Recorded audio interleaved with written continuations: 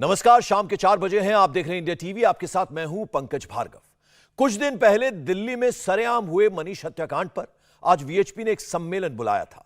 सम्मेलन के मंच से बोलते हुए कई ऐसी बातें की गईं जो राजनीति, देश और संत समाज की मर्यादा से मेल नहीं खाती।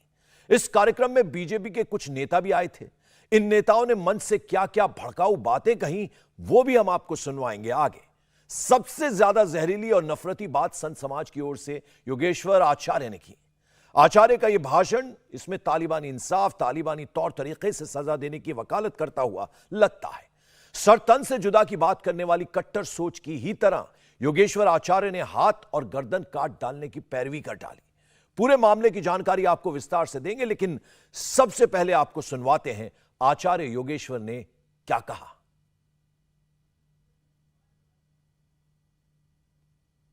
इतनी संख्या होने के बावजूद भी हमारे हिंदू भाइयों की निर्मम हत्या हो रही है। ये दुर्भाग्य है। जब तक हम सब जागृत नहीं होंगे तो ऐसे ही हमारे साथ कार्य होता रहेगा और ये हमें गिन गिन के टारगेट बनाएंगे, चुन चुन के हमको मारेंगे। इसलिए सबसे आग्रह है, निवेदन है कि एकत्रित होकर के, इसमें किसी के परिचय की जरूरत नहीं है कि हम उसे नहीं जानते। जहां भी देखो, अगर ऐसे मलेच्छ हमारे मंदिरों को, हमारे मठों को, हमारे हिंदू परिवार के भाइयों को, बहनों को अगर कहीं भी उंगली दिखाए तो उनका उंगली मत काटो, उनका हाथ काट दो। अगर जरूरत पड़े तो उनका गला भी काटने के लिए पीछे मत हटो।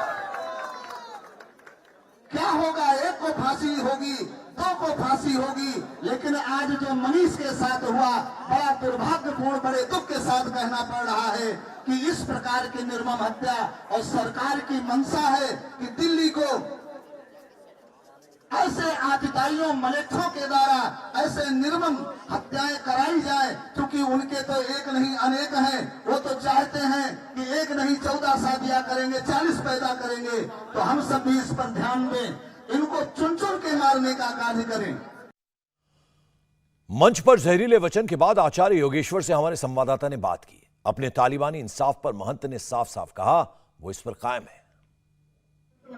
दिल्ली के मनीष हत्याकांड के विरोध में आज विराट हिंदू सभा का आयोजन किया गया है। यहाँ पर हमारे साथ जगत गुरु आचार्य योगेश्वर आचार्य जी हैं, जो अपने ओजस्वी भाषण से यहाँ पर लोगों को संबोधित कर रहे थे।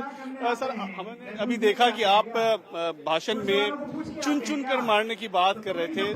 क्या इस तरह की भाषा, जो एक आपराधिक चीजें हैं, उसको एक सांप्रदायिक रंग दिया जा रहा है? देखिए, कोई सांप्रदायिक रंग नहीं है। हम अपने सनातन धर्म की रक्षा के लिए शास्त्र और शस्त्र दोनों उठाएंगे, जरूरत पड़ेगी। आज हमारे संतों की हत्या होती है, उनके साथ क्या न्याय हुआ? उनको फांसी दी गई, उनको सजा मिली। केवल अरेस्ट कर लेने से, केवल जेल हो जाने से क्या संतुष्टि मिलेगी? जहां देखता हूं सनातन धर्म को नीचा दिखाने के लिए ऐसे आतताई मलेच्छ दुष्कर्मी को तुरंत फांसी होना चाहिए। इसमें कोई सांप्रदायिक रंग नहीं दिखाया जा रहा है। आज जो मनीष की हत्या होती है, उसके लिए केजरीवाल या आम आदमी पार्टी के जितने भी गणमान्य व्यक्ति हैं, कोई रोने आए? और अगर कहीं मलेच्छों की अगर कहीं हत्या होती है तो उनके यहाँ जाकर के करोड़ों रुपया दे के आते हैं। क्यों ऐसा करते? लेकिन मनीष की हत्या हुई आरोपी सलाखों के पीछे जेल पहुंच गया, लेकिन मंच के माध्यम से एक पूरे कम्युनिटी को और चुन चुन कर मारने की बात कर रहे हैं आप। मैं बार बार कहूंगा, इसके लिए मुझे भी फांसी हो जाएगी तो मैं सनातन धर्म के लिए फांसी पे चढ़ने के लिए तैयार हूं। लेकिन ऐसे आतताइयों को केवल फांसी होना चाहिए। जो तन सर से जुदा करने की बात करें, वो कभी किसी धर्म के नहीं हो सकते।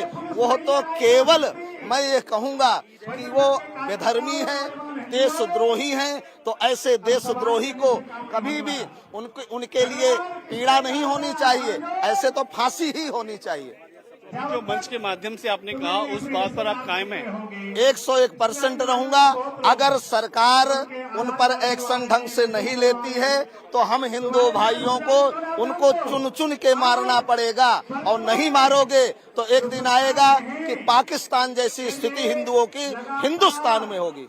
लेकिन आप अपनी बात रख रहे हैं, लगातार दिल्ली सरकार को निशाने पर ले रहे हैं, केजरीवाल को निशाने पर ले रहे हैं। ये तो जिसकी सरकार रहेगी, केजरीवाल की सरकार है। केजरीवाल अगर भाजपा होती तो भाजपा को कहते, कांग्रेस होती तो कांग्रेस को कहते। हम किसी सरकार के गुलाम नहीं हैं, हम तो अपने धर्म के गुलाम हैं। हम अपने धर्म के लिए साधु बने हैं, अपने धर्म की रक्षा के लिए कार्य करेंगे। किसी सरकार के लिए कभी जीवन में साधु काम नहीं करता। दिल्ली के नंदनगरी इलाके में मनीष को चाकू से गोदकर मार डाला गया था। हत्या करने वाले चारों लड़के मुस्लिम थे। हत्या के हुक्म देने वाले दोनों अपराधी मुस्लिम थे। क्षेत्र के लोगों में इसके खिलाफ गुस्सा है। आज हुए इस सम्मेलन में यह साफ दिखाई दे रहा था। मंच पर आए हर नेता ने उकसाने वाली बातें की। विश्व हिंदू परिषद के मंच पर बीजेपी सांसद प्रवेश वर्मा भी मौजूद थे। प्रवेश वर्मा ने भी मंच से जिहादियों को सबक सिखाने की बात कही। ये बकरा ईद के कार्यक्रम करते हैं और उनके दिल में, मन में कैसी घृणा पैदा कर देते हैं, ये हम सब जानते हैं। इन सारे लोगों को लगता है कि दिल्ली में एक ऐसी सरकार चल रही है जो इनकी माई बाप है। जब देश में यूपीए की सरकार थी तब सारे ये दामाद बने हुए थे यूपीए के। मगर आज जब से मोदी सरकार आई है तो आज इनको लगता है कि इनको अपनी औकात में रहना पड़ेगा। इसलिए ये इनका डर है, ये इनका भय है। और मैं यहां पर कहना चाहता हूं कि हमारी पुलिस आज भी सक्षम है और हम सारे युवा भाई, हम सारे हिंदू आज भी सक्षम हैं कि अगर आज चाहें तो 24 घंटे के अंदर अंदर इनको सबक सिखा सकते हैं।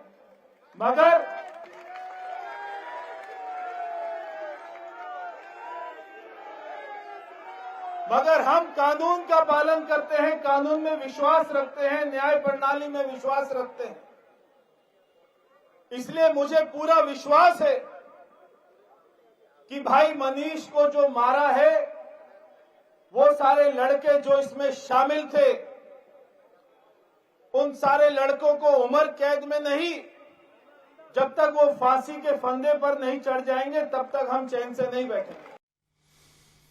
और बीजेपी विधायक नंदकिशोर गुर्जर मनीष की हत्या के लिए सीधे सीधे आम आदमी पार्टी की सरकार को दोषी ठहरा रहे हैं और उन्होंने कहा कि सियासी फायदे के लिए दिल्ली में बांग्लादेशियों को बसाया जा रहा है। गुर्जर ने कहा कि जब से दिल्ली में आपकी सरकार बनी है ऐसी वारदात में इजाफा हुआ है। दिल्ली में हिंदू सेफ नहीं है। हमारे साथ लोनी से बीजेपी के विधायक नंदकिशोर गुर्जर जी हैं, जिन्होंने विराट हिंदू सभा के मंच से संबोधित किया और केजरीवाल को जिहादी कहा।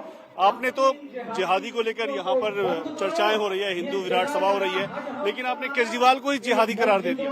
देखिए, इसमें कोई शक है क्या? कहीं किसी मुस्लिम के साथ दादरी में जो गौ तस्कर था उसके लिए जाकर के केजरीवाल रोता है, पैसे दे के आता है। उनके लिए राहुल गांधी जाते हैं, अखिलेश जी जाते हैं। लेकिन जहां दिल्ली में हो या उत्तर प्रदेश में, दिल्ली तो खासतौर से आतंकवादियों का गढ़ बन चुका है।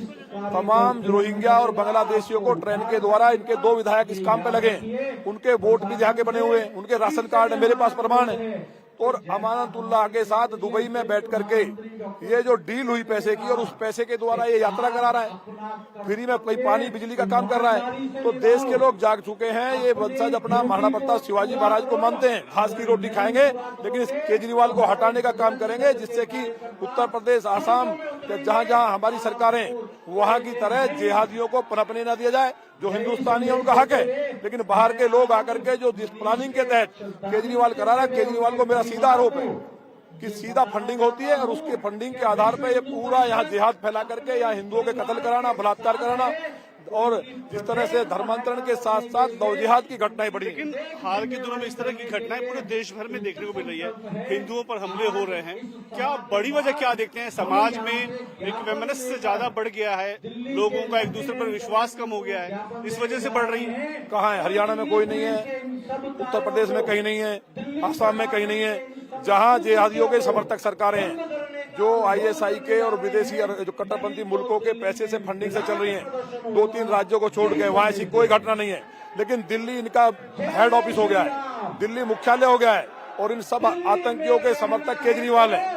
तो इनकी जांच हो, इन पहले से लगाई जाए और केजरीवाल को तुरंत गिरफ्तार किया जाए। मेरा सीधा कहना है, तब तक इस देश के अंदर, दिल्ली देश की राजधानी, सुरक्षित नहीं है और लोग यहाँ से पलायन कर रहे हैं, उत्तर प्रदेश में जाके बस रहे हैं, हरियाणा जा रहे हैं। यह दू पड़ने की बात है। आज मनीष हत्याकांड को लेकर तमाम लोग, आप लोग अलग अलग संगठन के लोग यहाँ पर जमा है, क्या मांग करते हैं इस मंच से? देखिए, हमारी मांग ये है, जो इनके हत्यारे हैं उनको एनकाउंटर किए जाएं और जो गिरफ्तार कर लिए गए हैं उनके फास्ट ट्रैक कोर्ट में मुकदमा चले, उनको फांसी हो। इसके साथ साथ उनके परिवार को जो मदद जिहादियों को करते हैं उससे डबल मदद होनी चाहिए कि हिंदुस्तानी है, जो भी दिल्ली गवर्नमेंट के नॉर्म्स है। और दिल्ली में दिल्ली पुलिस सर्च अभियान चला है। 30 लाख के लगभग रोहिंग्या और बांग्लादेशी दिल्ली के अंदर रहते हैं, उन सबको यहाँ से निकाल करके बाहर किया जाए और अरविंद केजरीवाल की भूमिका की जांच करते हुए उनके ऊपर मुकदमा दर्ज किया जाए। लेकिन आपने दिल्ली पुलिस से आह्वान किया है मंच के माध्यम से कि आप एनकाउंटर करो, आपकी नौकरी नहीं जाएगी। कानून व्यवस्था भी कोई चीज है कि सीधे एनकाउंटर कर देंगे? आतंकवादी अगर चिन्हित होता है या जिहादी बाहर का चिन्हित होता है तो क्या उनकी पूजा की जाएगी? उनको तो बिल्कुल एनकाउंटर करना चाहिए। और दिल्ली पुलिस एनकाउंटर करती थी, किस दबाव में आई है, किस लालच में, इसकी भी जांच हो जाए। तो सारा दिल्ली देखिए देश की राजधानी है और दिल्ली के अंदर भी अगर यहाँ सेफ्टी नहीं है, यहाँ से लोग पलायन कर रहे हैं, पार्लियामेंट है, जब सारे जिहादी हो जाएंगे तो सबको उड़ा देंगे। पार्लियामेंट में घुस तो गए थे जिहादी, कौन थे? इन्हीं के लोग थे। आज अगर जहाँ जहाँ हमारी सरकारें हैं वहाँ क्यों इनकी रूह कांपती है? तो ये पूरी की पूरी चीज है जो मैंने कहा है मंच से, मैं उस पर कायम हूँ और उसके लिए जो यहाँ सर्चिंग अभियान है वो चलाना बहुत जरूरी है। अभी तक मनीष की मां की आंखों के आंसू सूखे नहीं हैं। एक मां के इंसाफ की बस एक ही पुकार है, हत्यारों को फांसी दो, हमें इंसाफ चाहिए। मनीष के परिजनों की एक ही मांग है कि पूरा समाज हमारे साथ है, हमें इंसाफ दिलवाएगा। हमारी सहयोगी श्रुतिका ने मनीष के परिवार से बात की है। आइए सुनते हैं क्या कह रहा है मनीष का परिवार। बीते दिनों मनीष की हत्या कर दी गई सुंदर नगरी में, जिसको लेकर आज हिंदू समुदाय की तरफ से एक विराट सभा यहाँ आयोजित की गई है। विश्व हिंदू परिषद और तमाम हिंदू संगठन भी यहाँ पर मौजूद हैं। मेरे साथ में मनीष की माताजी और उनके यहाँ शोकाकुल परिवार है। आप लोगों की मांग क्या रहेगी? क्योंकि जो बेटा, उनको फांसी और हमें इंसाफ चाहिए। उनका जैसे मेरा बच्चा मार दिया, उनको ऐसी मौत होनी चाहिए कमीनों को, जितने सबको फांसी होनी चाहिए। बस मेरा यही कहना है, उनको इंसाफ, यही फांसी फांसी फांसी। अभी उन लोगों की गिरफ्तारी हुई है, आपको सब कुछ इन्फॉर्म किया जा रहा है वक्त? हाँ, मैं देख के आई हूँ, गिरफ्तार कर रखा है। जब ये सब कुछ घटित हुआ उस दौरान और अब, क्या आपको पूरा सपोर्ट मिल रहा है समाज के लोगों से? हाँ जी, पूरा सपोर्ट है, सब मेरी सपोर्ट में, सब है मेरे सपोर्ट में।